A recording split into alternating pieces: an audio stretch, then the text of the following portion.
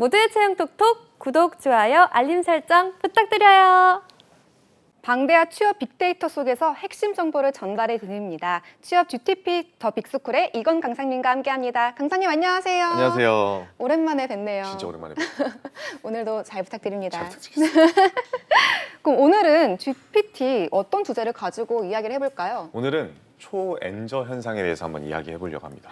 초엔저 현상이면은 혹시 엔화 약세라고 하던데 그 이야기인가요? 맞습니다. 이게 사실 저도 몰랐는데 뉴스에서 떠들어서 안 게 아니라 네. 주위에서 제가 은행 출신이어서 그런지 모르겠지만 주위 다른 직원들이 엔화 사야 돼요? 이때 아. 사면 좋아요? 막 이런 얘기를 하길래 도대체 얼마길래 보니까 석 달 전까지만 해도 100엔에 한 1,000원 정도였거든요. 네. 근데 지금은 지난 18일 같은 경우에는 장중에 800원까지 떨어졌다고 하더라고요. 그래서 지금 현재 이제 900원 초반에서 움직이고 있는데 이게 거의 한 8년 만에 최저치를 기록했다라고 해요. 그러니까 최저치. 굉장히 낮은 수치인 거는 확실하다. 이렇게 900원 초반에서 움직이고 있다고 말씀을 해주셨는데 엔화 약세가 일어나는 이유가 뭘까요? 다들 편하게 생각하면은 그냥 시중에 돈이 많아서라고 생각하시면 제일 편할 것 같습니다. 아. 그러니까 이제 일본 중앙은행 같은 경우 이제 뱅크 오브 재팬이라고 부르죠. 네. 거기 같은 경우에 이제 통화 완화 정책을 지속적으로 하고 있거든요. 네. 예전에 한창 이런 단어를 들어본 적이 있으실 거예요. 아베노믹스라 그래가지고 네. 계속 양적 완화를 통해 가지고 경기를 부흥하겠다라고 하는 일본의 움직임이 있었거든요. 네.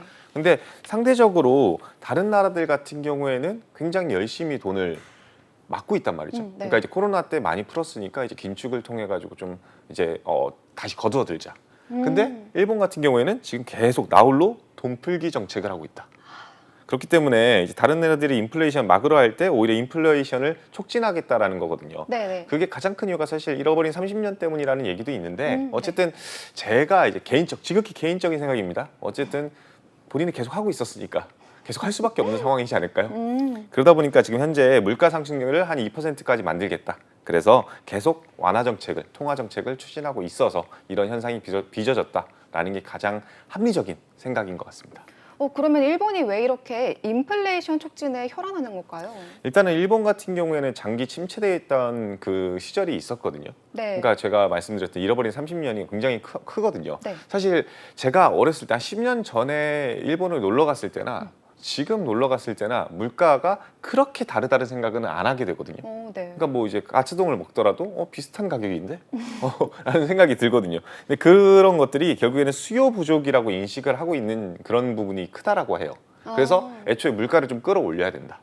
그런 인식이 좀 있어서 그렇기 때문에 일본은행 같은 경우에는 금융 완화 그리고 엔화 약세 같은 것들을 만들어서 인위적으로 인플레이션을 발생시켜서 이런 것들로 임금 인상 그리고 소비 확대 이런 물가의 상승이라는 선순환을 만들고 싶어 한다. 이게 가장 핵심입니다. 그러기 위해서 이제 단기금리 같은 경우도 동결하고 장기금리 지표인 10년물 국채도 금리를 한 0% 수준으로 지금 낮추고 네. 있거든요. 네. 근데 이게 어떻게 보면은 그 일본 입장에서도 사실 그럴 수밖에 없는 게 있어요. 지금 국채 자체가 일본이 잔액이 1,000조 엔을 넘었다 그래요.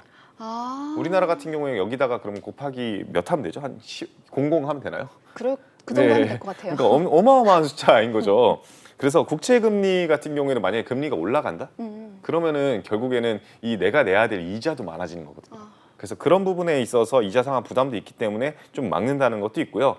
그리고 또 이제 주식이나 채권을 투자하는 거에 이제 엔캐리 트레이드라는 용어가 있어요. 네. 그게 뭐냐면은 이제 말 그대로 엔화가 제일 싸요. 그리고 엔화를 빌릴 때 금리도 낮아요. 그러니까 엔화를 빌려서 그 돈으로 주식에 투자하는 거예요. 실제로 여러분들이 잘 모르시겠지만 국내에 있는 시중은행들도요. 네. 엔화 대출, 달러 대출이라는 게 있습니다. 우리가 한국 돈으로만 대출을 받아서 그걸로 환전을 해야 되는 게 아니라 애초에 외화로 대출을 받을 수도 있다. 근데 이게 전문적인 부분들, 이제 프로페셔널 하신 분들은 뭐 은행까지 갈 필요도 없고 그냥 말 그대로 엔캐리 트레이드를 할 수가 있겠죠. 그래서 실제로 지금 일본에다 투자하는 경우도 많고 일본에서 그냥 돈을 빌려서 다른 나라에 투자하는 경우도 많다. 이렇게 생각하시면 될 것 같아요. 투자하고 계신가요? 투자하고 싶은데 사실 엔화를 살 돈이 없네요. 엔화를 살 원화가 없습니다. 그럼 본격적으로 다시 들어가서 그럼 실제로 일본 경기가 좋아지고 있나요? 지금 현재는 이게 약간 소비자들과 네. 그리고 그 시장 경제 그리고 아니면 기업들이 느끼는 온도 차이가 조금 있는 것 같아요. 하지만 전반적으로 봤을 때는 좋아지고 있다라는 평가가 좀 지배적입니다. 네. 실제로 엔저와 함께 코로나19 대유행이 끝났잖아요. 네. 그러고 나서 2022년도 회계년도 일본 주요 상장 기업들의 순이익을 조사해 봤거든요. 그랬더니만 역대 최대 수준으로 나왔다라고 해요. 그러니까 이 역대 최대 수준이라는 게 어느 정도 수준이냐? 그러면 잃어버린 30년을 돌파했다라는 얘기를 계속 하고 있잖아요. 33년 만에 최고치를 경신했다 그래요. 우리나라로 치면은 코스피 2000 박스 구간을 30년 동안 계속 유지하다가 결국에는 그 30년을 돌파했다고 생각하시면 좋을 것 같아요. 음. 네, 그러면 일본의 통화 정책에 좋은 측면만 있는 건 아닌 것 같은데 네. 안 좋은 점은 없나요? 일단은 이게 좋은 측면이 있다라는 게 제가 계속 좋은 점만 얘기하고 있는데 그 뭔가 시야적으로 안 좋은 것들도 분명히 발생할 수 있다라고 했잖아요. 그래서 제가 소비자들이 조금은 약간 그런 것들을 안 좋게 느낀다라고 했던 부분이 네. 사실 이런 부분인 것 같아요. 어쨌든 일본 통화 정책 자체는 물가 상승을 일으키고 싶다라는 게 핵심인데 네. 이 물가 상승이 실제로 일어나고 있다 보니까 이 소비자들이 한 3.2%의 물가 상승에 허덕이고 있어요. 근데 이게 숫자만 3.2%고 실제로 N저다 보니까 네. 물가 오르는 거 플러스 해외에서 수입해오는 수입산들이 굉장히 비쌉니다. 그러니까 수입해올 때 돈을 더 많이 줘야 되는 거죠. 그래서 조사해 보니까 유럽산 치즈 같은 경우에는 1년 새 11%, 건조 파스타 같은 경우에는 23% 가격이 올랐다라고 하고 네. 와인 병도요 병당 한 15%에서 20% 정도 늘었다고 해요. 그러니까 뭐 예를 들면 우리가 한 3만 원에 와인을 사 먹을 수 있었던 게 지금은 4만 원에 사야 된다. 그러니까 이렇게 생각하시면 좀 편할 것 같아요. 그러니까 이렇게 일본 개인 소비자들이 느끼는 체감하는 이런 인플레이션이라든지 물가 상승은 굉장히 크지 않을까. 이런 것들은 어떻게 보면 일본인들 입장에서는 또 단점으로 작용할 것 같습니다. 진짜 많이 올랐다고 생각이 드네요. 그럼 엔저 현상이 우리나라 경제에 어떤 영향이 있을까요? 저도 이제 기회이냐 위기이냐 이렇게 함부로 확답하기는 좀 어렵겠지만 네. 그래도 이것도 다시 한번 개인적으로 생각을 해보면 좀 약간 위기이지 않을까. 이게 좋지 않은 현상이다. 라고 얘기를 할 수 있을 것 같아요. 그러니까 지금 이거를 시청하고 계시는 많은 취준생들 그리고 지금 바로 도쿄로 날아가고 싶은 그분들한테는 좋겠죠. 지금 당장 놀러 갔을 때 환전 싸게 할 수 있겠네라는 생각이 드니까요. 근데 이거를 거시경제로 봤을 때는요. 엔저 현상이 계속 지속되니까 우리 같은 사람들이 계속 그렇게 해외로 나가잖아요. 네. 그러면 당연히 무역 수지 중에서도 특히나 관광 이쪽은요 적자가 날 수밖에 없습니다. 그러니까 한국에 와서 일본인들이 돈을 쓰는 것보다 우리나라 사람들이 일본에 가서 돈을 쓰는 게 더 많겠죠. 네. 그러다 보니까 이 여행 수지 적자폭을 키우고 그리고 이거는 또 경상 수지 악화에도 영향을 미칠 수가 있거든요. 그래서 일본에 여행 가는 분들이 실제로 굉장히 많습니다. 지난해 4월까지 관광객이 200만 명을 넘겼다고 해요. 200만 명. 근데 이 숫자가 어느 정도 숫자인지 확인해 보니까 코로나 이전에 한 80% 수준까지 회복했다라고 해요. 네. 그럼 이제 그 이상으로 아마 증가할 가능성이 높겠죠. 네. 그리고 그 결과로서 올해 1분기, 그러니까 1월부터 3월까지의 여행 수지 적자 규모가 32억 달러를 넘었다고 합니다. 그러니까 지금은 굉장히 일본한테 돈을 바치고 있는 상황이다. 이렇게 정리할 수 있을 것 같아요. 정말 그러네요. 근데 경상수지하면 가장 중요한 게 수출입 분야잖아요. 맞아요. 이 부분에서에는 문제는 없나요? 일단은 우리나라 입장에서도 수출세 회복 그 자체에 악영향을 미칠 수밖에 없겠죠. 그러니까 일본이랑 우리나라 하면은 사실은 축구에서도 라이벌이라고 하고 야구에서도 라이벌이라고 라이벌이고. 맨날 부르잖아요. 근데 네. 수출입에서도 라이벌이라는 얘기를 많이 하고 있죠. 왜냐하면 겹치는 것들이 굉장히 많거든요. 우리나라에 삼성이 있다면 일본에는 소니가 있듯이. 그래서 일본과 수출 경합도가 높은 품목, 뭐 대표적인 예시로 자동차 네. 아니면은 전자 이런 제조업 분야에서는 가격 경쟁력이 약화되겠죠. 네. 그러니까 앞서 제가 한국 돈으로 일본 엔화를 사는데도 싸다 그랬잖아요. 네. 그러면 일본에서는 그 엔화가 싸졌으니까 당연히 수출할 때 그 수출 단가도 싸질 수밖에 없다는 겁니다. 그러니까 해외에서는 이거를 굉장히 싸게 살 수 있으니까 더 많은 사람들이 예를 들면 현대자동차보다는 닛산이나 도요타를 살 가능성이 높아지는 거겠죠. 그래서 이게 실제로 그러냐라고 이제 연구 결과가 있는데 한국경제연구원에 따르면 미국 달러 대비 엔화 가치가 1%포인트 하락하면은 네. 우리나라 수출 가격은 0.41%포인트 그리고 수출 물량은 0.2%포인트 감소하는 걸로 나타났다고 해요. 그러니까 확실히 엔화 가치가 하락할수록 우리나라도 수출이 안 된다. 당연히 소비자들은 싼 걸 살 테니까. 이런 구조라고 생각하시면 좋을 것 같습니다. 그러면은 수출입 경합도가 높은 품목에 대해서 잠깐 얘기를 해주셨는데 네. 심한 품목도 있을 것 같은데 그렇죠. 이건 맞아요. 어떤 걸까요? 일단은 이제 일본과 지금 경쟁하는 구도가 사실 이제 일본도 그렇고 우리나라도 그렇고 가장 많은 수출 국가는 사실 미국 네. 혹은 중국이겠죠. 네. 그래서 미국이나 중국을 보면은 미국 같은 경우에는 화학 공업 제품, 음. 철강, 비철 금속, 그리고 의료, 정밀 화학기기 네. 이 정도가 일본이랑 가장 경쟁이 심한 분야고요. 중국 같은 경우에는 기계류, 전기 전자제품, 농수산식품, 그리고 생활용품 이 정도가 가장 경합도가 심한 겁니다. 근데 이게 사실은 전 세계적으로도 봐야 될 필요성이 있겠죠. 또 전 세계 다른 나라들도 유럽 같은 데들도 팔 수 있으니까요. 그래서 세계 시장으로 봤을 때는 의료, 정밀 광학기기, 섬유, 의복, 가죽제품, 선박 이 정도가 또 경합이 심한 품목들입니다. 그러면 지금 제가 얘기했던 그 리스트를 다시 한번 다시 듣기를 하셔도 되는 게 사실 여러분들이 가장 가고 싶어하는 취준생들이 가장 가고 싶어하는 산업 분야란 말이죠. 네. 그 분야는 모두 일본과 지금 경쟁 중이다. 그리고 엔저 때문에 굉장히 힘들어지고 있다. 이렇게 생각하면 될 것 같아요. 그럼 무역 수출입 등의 진로를 생각하시는 분들은 오늘 꼭 이 방송을 봐야 될 것 같은데 맞습니다. 환율에 따라 경쟁력이 달라질 수 있다는 점에서 오늘 이 점을 꼭 기억을 해야겠네요. 맞습니다. 그리고 근데 품목 차별화나 고부가 가치와 FTA 활용 같은 다른 차선책들도 분명히 존재하거든요. 네. 그러니까 단순히 환율로 싸우지 못한다? 그러면 우리는 관세가 낮은 대로 수출하면 되지 않을까? 이런 생각을 해본다든지 아니면은 사실 저희도 뭐 예를 들면은 삼성을 갤럭시를 쓰시는 분들도 있지만 애플을 쓰시는 분들도 있잖아요. 네. 사실 애플이 더 비쌀 때도 많은데. 그렇죠. 근데 그거는 사실 이제 고부가 가치 상품이기 때문에 그런 거거든요. 그런 식으로 좀 더 상품을 좀 더 개발한다든지 이런 영역으로서 이 중요성을 인식하고 그 대안 같은 것들을 함께 생각해 놓는 것이 여러분들이 결국에는 면접에 갔을 때 요즘에 엔저 현상이 일어나고 있는데 우리가 수출할 때 어떻게 해야 될까요? 이런 질문을 했을 때 대답하는 좋은 방향이 될 것이다라는 거를 꼭 기억해 두셨으면 좋겠습니다. 그럼 반대로 금융 쪽 상황은 어떤가요? 이게 사실 아무래도 쌀 때 사놓자. 지금 네. 당장에 일본 여행을 못 간다 할지라도 엔화 통장을 만들어서 거기다 좀 쟁여놓고 나중에 가서 빼서 쓰면 되지 않을까 이런 생각을 하시는 분들이 진짜 많은가 봐요. 그래서 국내 엔화 환전액 같은 경우에는요 작년 대비 5배나 증가했다고요. 와, 5배. 5배요. 그러니까 이제 제 옆에 있는 지인부터 시작해서 사돈의 8촌까지 엔화로 이제 환전을 하고 있다. 이렇게 생각하면 될 것 같고요. 저는 개인적으로 이제 원화가 없기 때문에 환전을 못 하고 있는 상황입니다. 그래서 시중 4대 은행의 5월 엔화 매도액을 살펴보니까요. 네. 301억 6,700만 엔이라고 하더라고요. 301억이면 엄청난 거죠. 엔이니까. 네. 근데 거기다가 이게 4월보다 27억 2,800만 엔이 늘어났다라는 수치라고 하니까 굉장히 엔화로 돈이 많이 몰리고 있는 것이 팩트입니다. 근데 이제 엔화 예금 같은 경우에는 사실 앞서 제가 얘기했잖아요. 그 일본이 지금 현재 통화 정책 자체를 굉장히 막 완화 정책을 하고 있다 그랬잖아요. 네. 그러니까 그 정책에 따라서 이제 어떻게 보면은 금리를 조정할 수밖에 없거든요. 네. 그러다 보니까 우리가 아무리 엔화를 많이 사놓고 통장에 넣는다고 하더라도 이자를 못 받습니다. 거의 못 받습니다.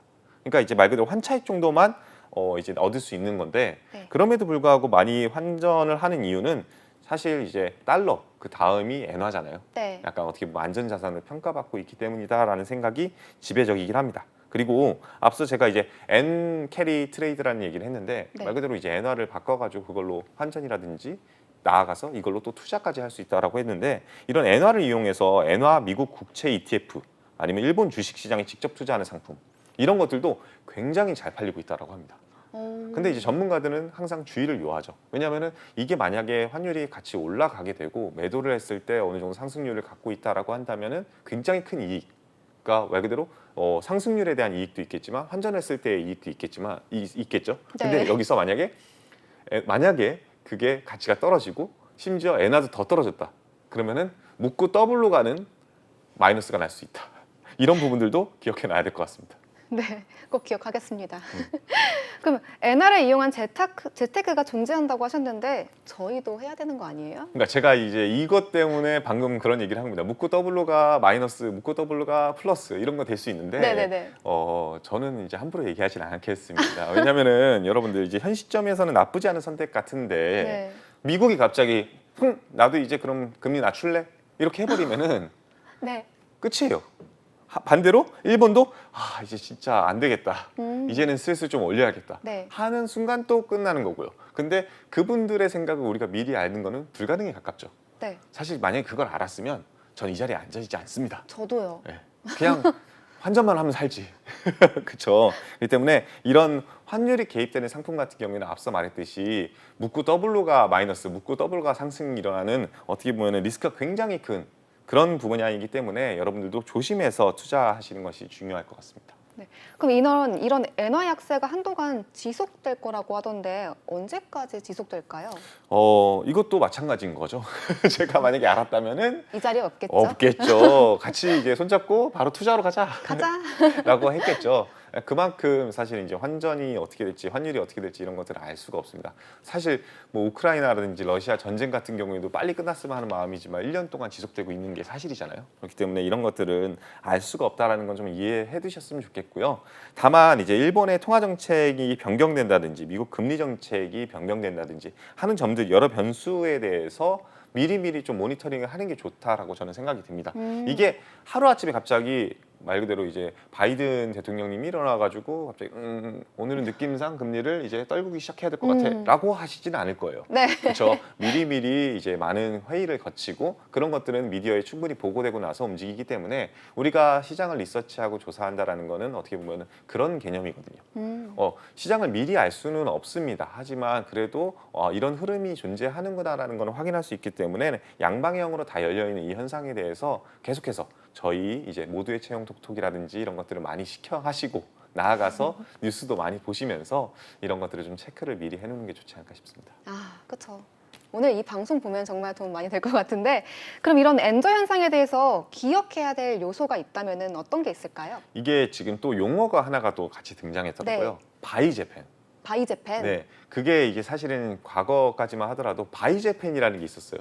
굿바이 재팬, 그러니까 더 이상 일본 물건 사지 않아요, 이용하지 않아요. 네. 근데 요즘에는 그 바이가 BUY로 해가지고 사세요. 바이 오. 재팬이라는 용어가 다시 또 등장하기 시작했더라고요. 오. 지금 이제 싸니까 사실은 제 입장에서도 요즘에 끌리는 게 진짜 고민이 많이 돼요. 닌텐도를 살까 말까. 닌텐도 스위치 닌텐도. 진짜 갖고 싶다. 자꾸 PD님들이 막 자랑하는데 나도 가져야 되는데 지금 이렇게 환율이 낮아지면 좀 싸지 않을까 이런 생각이 들거든요. 네.